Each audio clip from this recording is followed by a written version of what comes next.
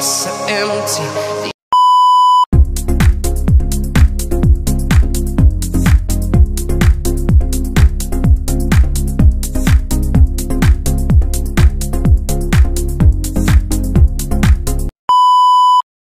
Mayroon tayo ngayon 5 kilong patatas.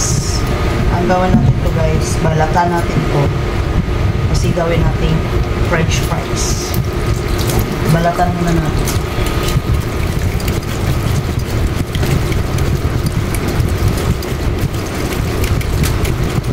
Makibalik lang siya.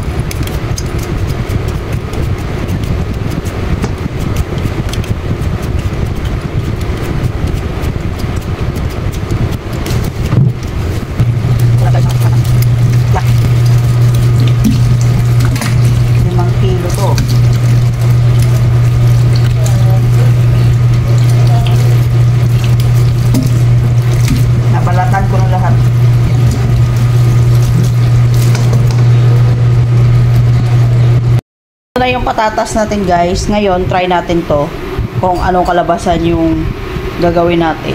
Yan, ito kasi machine ng pang cut, kaya i-cut natin ng pang french fries guys. Masira siya, gawin natin french fries. Sinadyang binili to eh.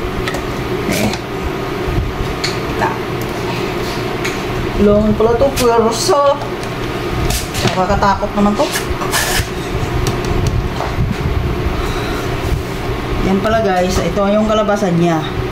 Ito yung price niya, number 4 na to. Ito number 4.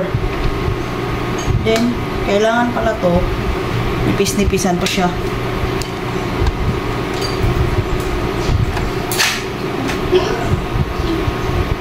Kaya yan, try natin to kung anong laki.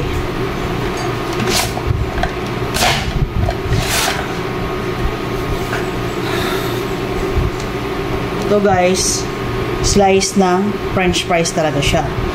Yan. Ito mas manipis-nipis. Tuloy na natin.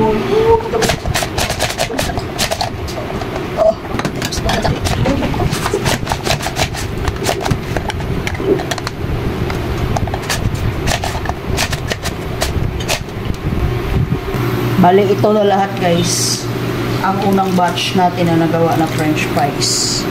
Tapos, ngayon, ang gawin ko dito, pakuluan ko lang siya ng 10 to 15 minutes.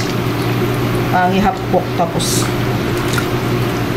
natin gawin ulit. Yan, naka-ready na yung ating mainit na tubig.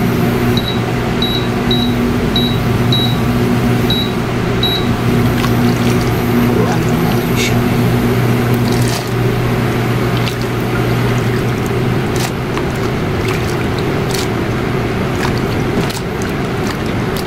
Unang batch lang po.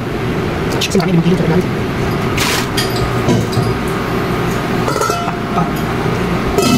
10 to 15 minutes lang guys. So guys, maproseso lang po, pero okay kayo. Maproseso lang to guys. Ayan, na-blanch na natin to. Ngayon,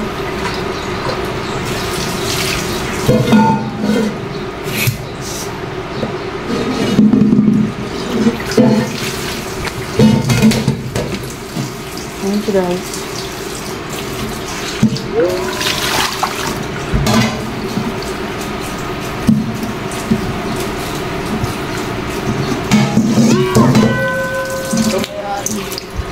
Pa-cool down natin.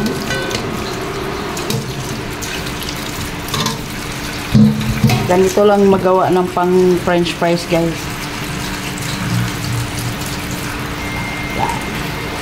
Wait lang. Ito guys, niluto ko lang siya ng 10 to 15 minutes. Tapos ngayon pala, pa-cool down na natin. I-ano muna natin, palamigin ulit. Mahaba-habang proseso ang paggagawa ng french fries guys. Yan, mayroon tayong ice para mabilis mawala yung lamig. Ang init. Init pala, hindi lamig.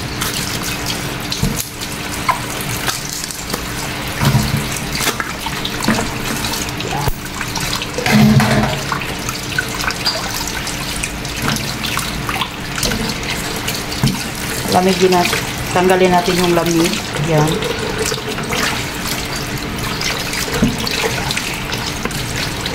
Yan, nawala na yung lamig na. Yung ice cold yung matanggal. Mga 5 minutes na guys, pagtanggal ng lamig. Yan. Yan. Malamig na siya. Hindi na siya mainit.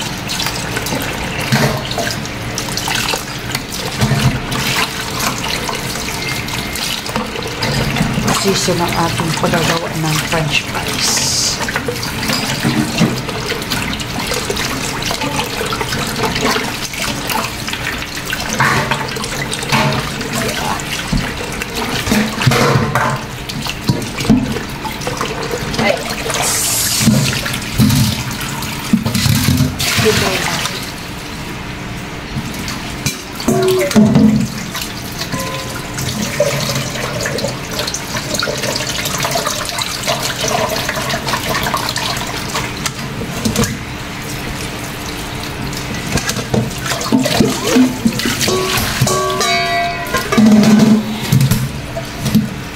Yan.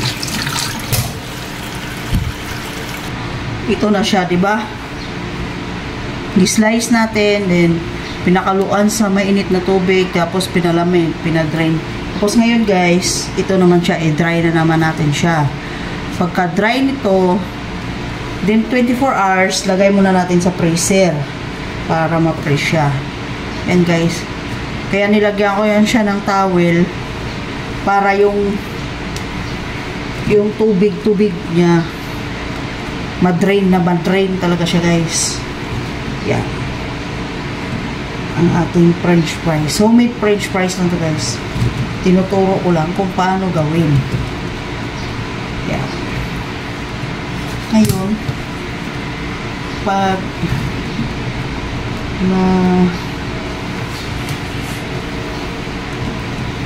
nag-dry na yan siya guys, pwede na natin ilagay sa freezer.